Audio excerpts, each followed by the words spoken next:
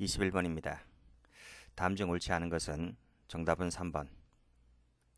1번 시설의 안전 질서를 해칠 우려가 있을 때에는 편지를 주고받을 수가 없죠. 보내거나 받는 편지는 법령에 어긋나지 않으면 회수를 제한하지 않습니다. 징벌 집행 중인 수용자가 다른 수용자와 편지를 주고받을 때는 그 내용을 검열해야 한다. 마치 맞는 것 같지만 틀렸습니다. 할 수 있답니다. 해설도 가보시면 조사 중 징벌 집행 중일 때는 할 수 있다 돼 있죠. 4번 보내온 문서는 다른 법령에 규정이 없다면 열람한 후 본인에게 전달하는 것이 원칙입니다. 22번 옳은 것은 정답은 2번. 1번입니다. 자, 오가는 편지에 대한 검열은 누가 합니까? 편지를 받는 시설에서 하는 것이 원칙이 아니라 하는, 그쵸? 편지를 보내는 쪽이죠. 받는 쪽이 아니라. 그리고 필요하다고 인정된다면 보내는 쪽이 아니고 받는 쪽이죠. 그래서 앞뒤가 바뀌었습니다. 자, 법령으로 금지된 물품이 들어있다면 내용과는 상관없이 발신 수신을 금지할 수 있죠. 자, 필요성이 있는 경우에 개봉하지 아니한 상태에서 외피 검사만을 할 수가 있다.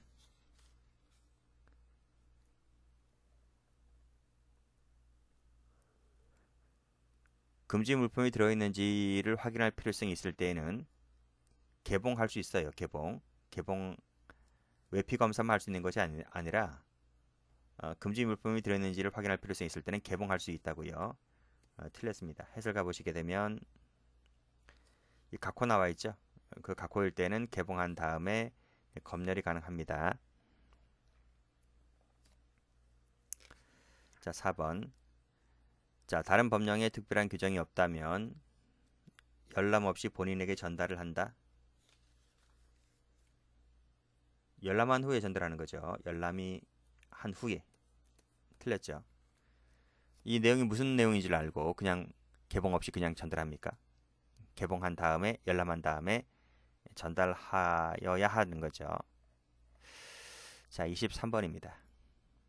옳은 것은 정답은 1번.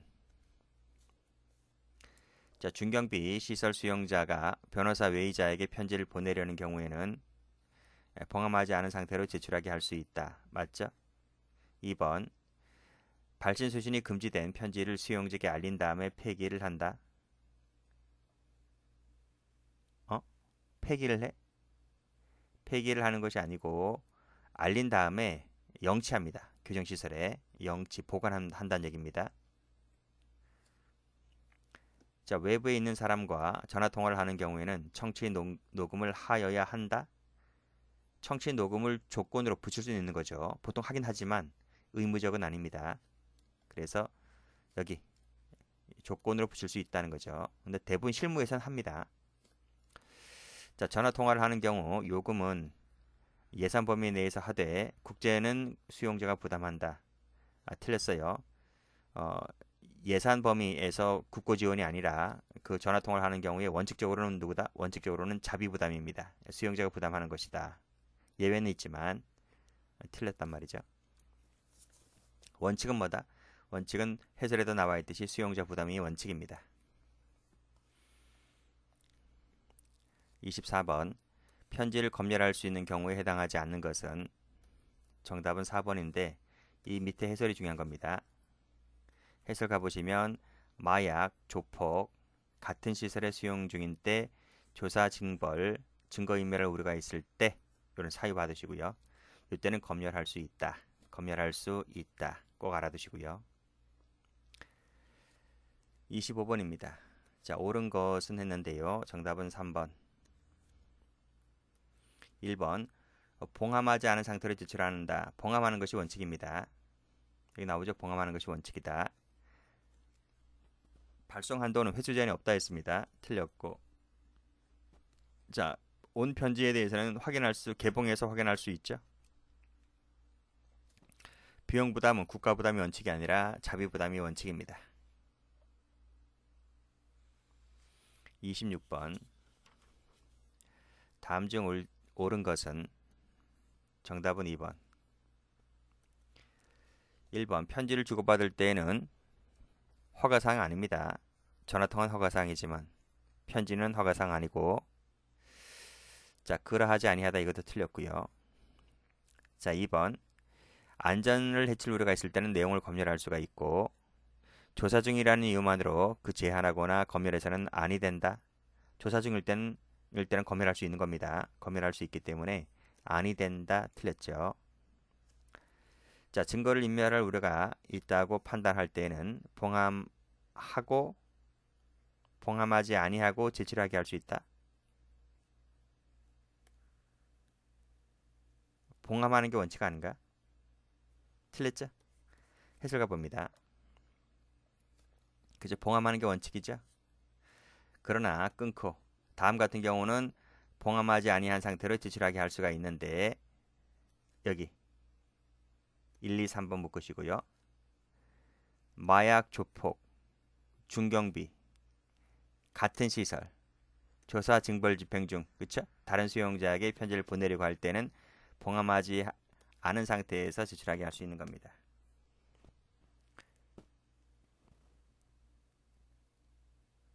여기에 제가 지금 읽었던 이 부분 있지? 이 부분에 증거인멸이 있어 없어요? 증거인멸이 여기 있어 없어? 없지? 가나 없고 2번, 3번은 없지? 그쵸? 없단 말이죠. 없기 때문에 이때는 봉함이 원칙이라는 겁니다. 그래서 마치 맞는 지문 같아 보이지만 법조문에는 배치가 되는 부분이라서 틀렸습니다. 꼼꼼하게 보셔야 돼요. 자, 보내온 문서에 대하여는 열람할 수가 없다. 열람은 가능하죠. 법원, 경찰서에서 온 문서는 공문서잖아. 그래서 열람이 할 수 있습니다.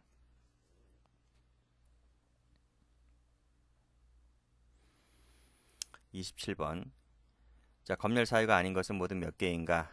답은 2번인데 해설을 보시면 되겠습니다. 해설 보시고 풀어보시면 되겠습니다. 1번, 2번, 3번 여기 1번, 2번, 3번, 4번 이런 내용들 알아두시면 되겠어요. 그래서 풀어보시면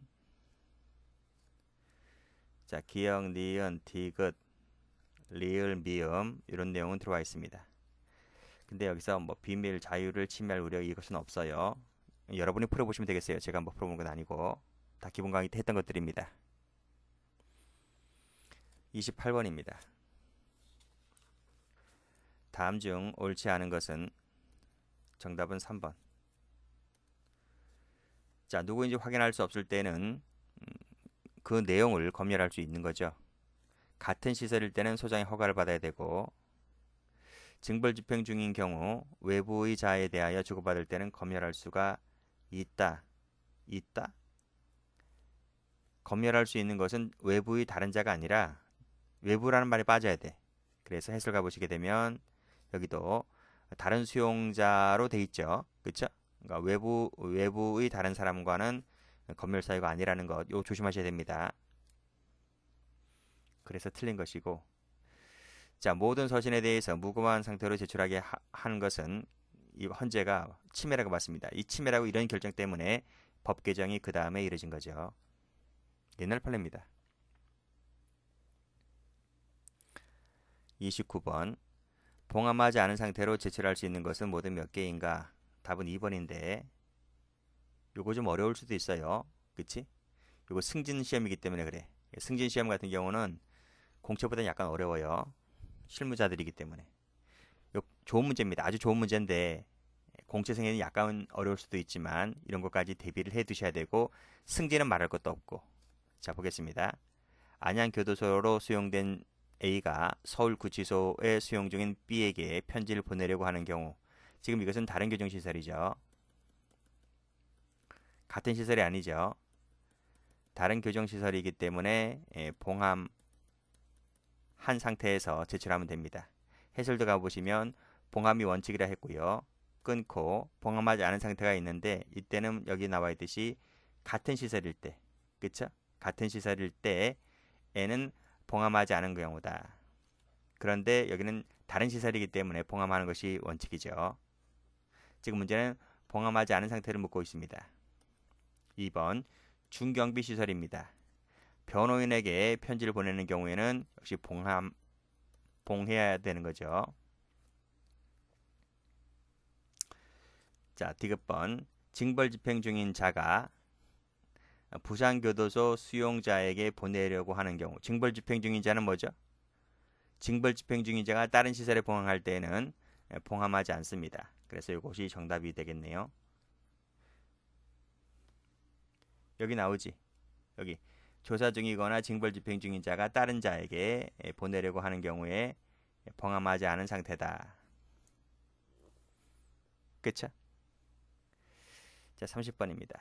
갑과 을은 A 교도소에 있고 병은 B 교도소에 있다.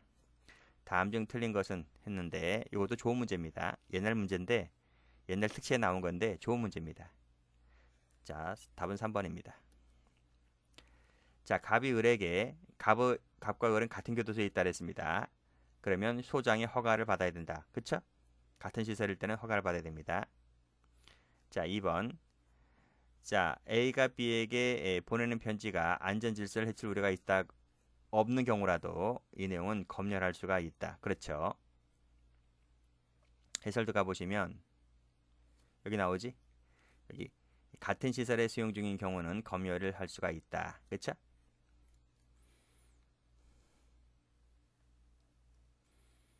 자, 3번. 자, 병이 누굽니까? 병이 다른 소에 있는 사람입니다. 같은 시설에 있는 게 아니고 다른 교도소에 있을 때에는 소장의 허가를 받아야 된다? 아니죠. 허가 사항이 아닙니다. 같은 시설일 때만 그렇습니다. 해설 들어가 보시면 여기 다른 시설이기 때문에 그때는 허가를 요하지 않습니다.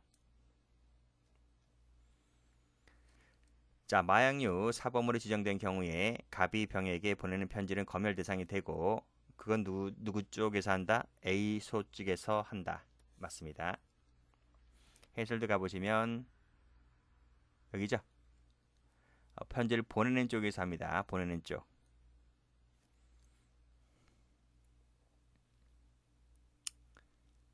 자, 됐고 그리고 요 마약류가 어디 나오지? 여기 나오네. 마약류. 마약류 사범으로 정하는 때는 검열할 수가 있다. 31번입니다.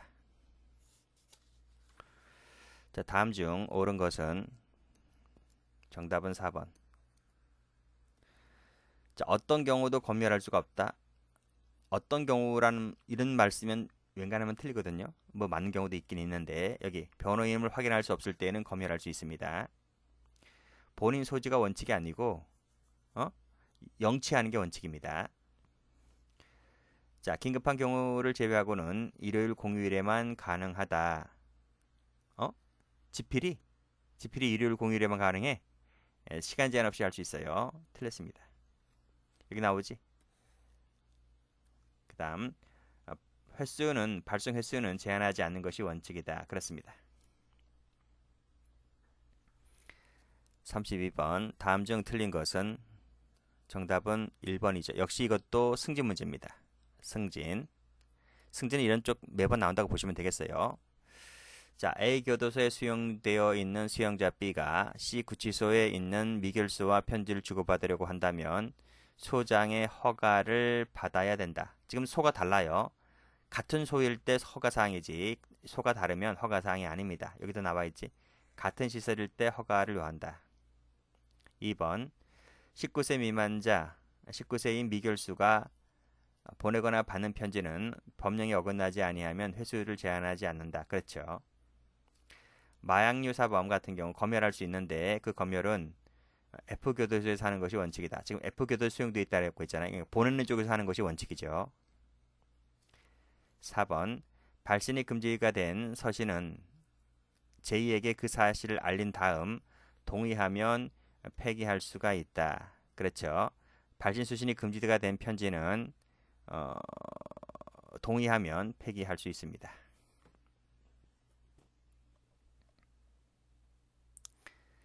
자, 33번. 다음 중 틀린 것은 정답은 2번. 자, 1번. 발신 수신이 금지가 된 편지는 보관하는 것이 원칙이죠. 폐기하는 경우에 동의를 얻어야 된다고 했습니다. 틀렸고 그리고 주고받는 편지는 확인할 수 있고 금지 사유에 해당하지 않는 편지면 봉함한 다음에 발송하고 수신 편지는 건네주면 됩니다. 34번 다음 중 맞게 짝지어진 것은 했는데 정답 1번입니다. 이거 외우셔야 돼요. 최근에 법 개정이 있어서 이제 무지무지 시험 잘 나올 겁니다. 그래서 접견은 뭐 옛날이나 지금이나 똑같아요. 뭐 밑에서부터 가면 4, 5, 6 올라가죠? 올라갑니다. 그리고 마지막에는 하루 1회 개방초급에 특혜를 주는 거죠. 전화 쪽이 개정됐습니다. 그래서 여기 5, 10, 20입니다. 5에서 2배, 10, 2배, 20 이렇게 되는 거죠. 그리고 중경비는 전화가 안 돼요. 안 되는데 필요하다면 2월 2회까지는 2회 이내까지는 가능하다는 거예요. 이것도 좀 알아두시고 횟수 꼭 좀 알아두시기 바랍니다. 20, 15 아시겠죠?